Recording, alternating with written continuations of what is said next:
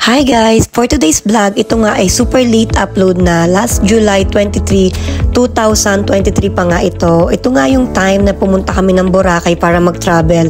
At kasama ko nga dito buong pamilya, kasama si Kuya RG at si Miko.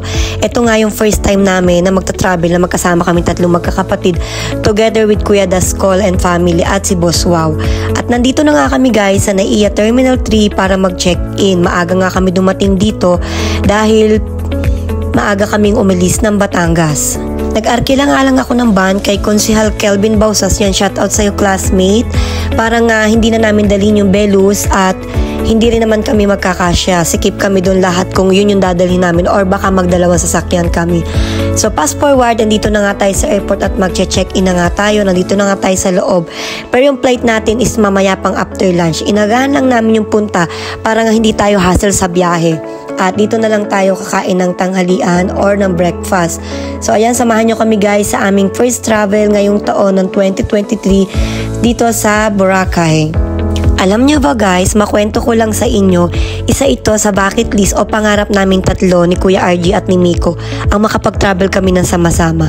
Actually, first time namin to na magta-travel na magkasama kaming tatlo kasi noon yung nag-travel kami, yung first travel namin na maliliit pa sina Mikel at Miguel sa Coron, Palawan ay hindi nga sila kasama. Sabi ko nga sa kanya noong time na yon ay hindi pa natin kaya yung budget. So ngayon nga ay dahil nga stable na naman yung aming mga income at meron na rin sariling income si Kuya RG at si Miko na nga lang yung nag-aaral sa amin, kaya medyo nakakapag-travel na tayo ngayon at nabibigyan na natin ng time yung mga panahon na pinapangarap lang natin noon. So ayan, papasok na kami dito guys at kasama ko rin nga pala yung girlfriend ng aking anak na si Kuya Mikel, na si Ate Nicole. First time niya rin magta-travel to at happy din naman ako dahil kahit sa ganitong paraan napaparanas ko to sa mga anak ko, sa mga kapatid ko. At syempre happy ako kasi si Kuya Dascol at si Boso kasi is para ko ng tunay na pamilya, para ko na silang tunay na kapatid. At ito nga yung first time na magta-travel ang Daswaw pa at dito pa nga talaga sa Boracay.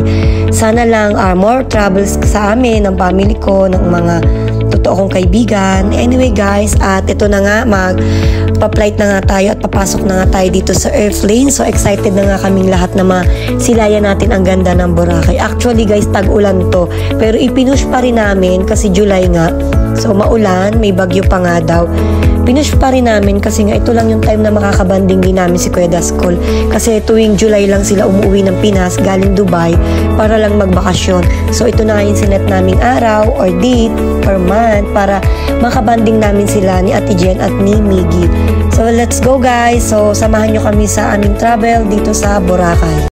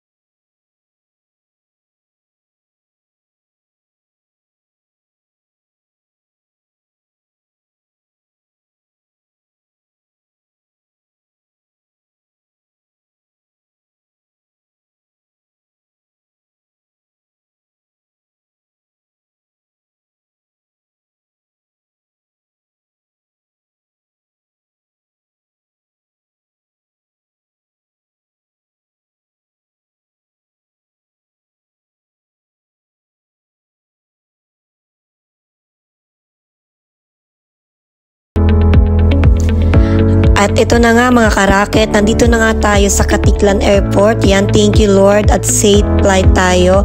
Hihintay na lang namin yung aming van para sa papunta ng hotel. At fast forward, hapon na nga ito at nakarating na nga kami dito sa Boracay. Grabe guys, sobrang ganda. Lalo na siguro kung maganda yung panahon at hindi gantong kulimlim at hindi gantong kabagyuhan at ma-enjoy talaga natin mas lalo yung Boracay. So ayan guys, panoorin nyo ang aming kaganapan dito sa Boracay Island. Napakasulit nga pala ng narentahan ko na hotel dito sa Golden Phoenix Station 3 Beachfront. Nandito na rin yung resto sa loob, meron din silang bar. Kaya super nag-enjoy kami at napakaganda.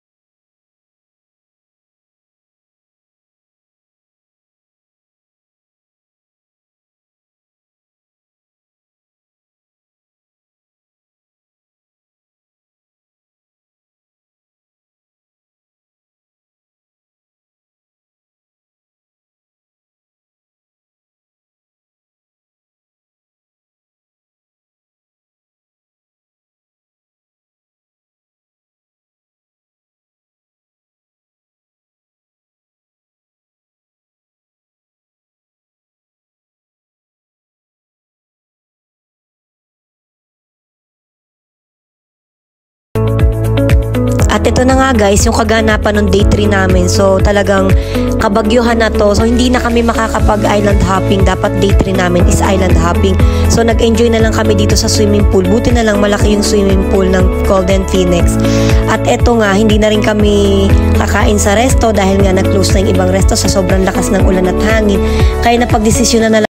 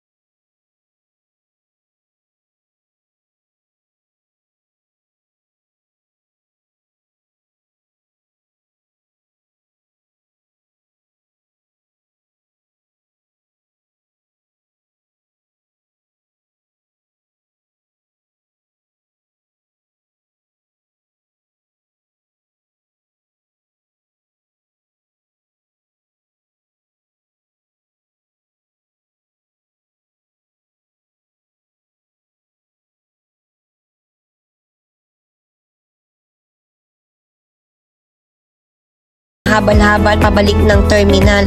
So ayan guys, sakay na kami dito. Medyo masama pa rin yung panahon at sasakay pa tayo ng boat going to airport. So samahan nyo kami guys hanggang makarating kami ng airport ng Katiklan.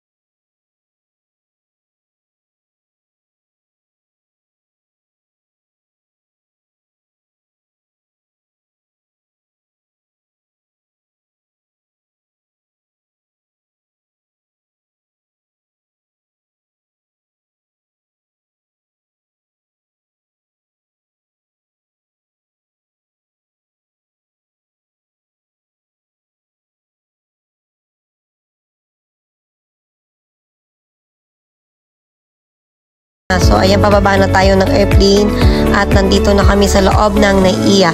Waiting lang kami sa van namin na sasakyan para makabalik na tayo ng Nasugbu, Batangas. Thank you for watching guys. See you on my next vlog. Bye!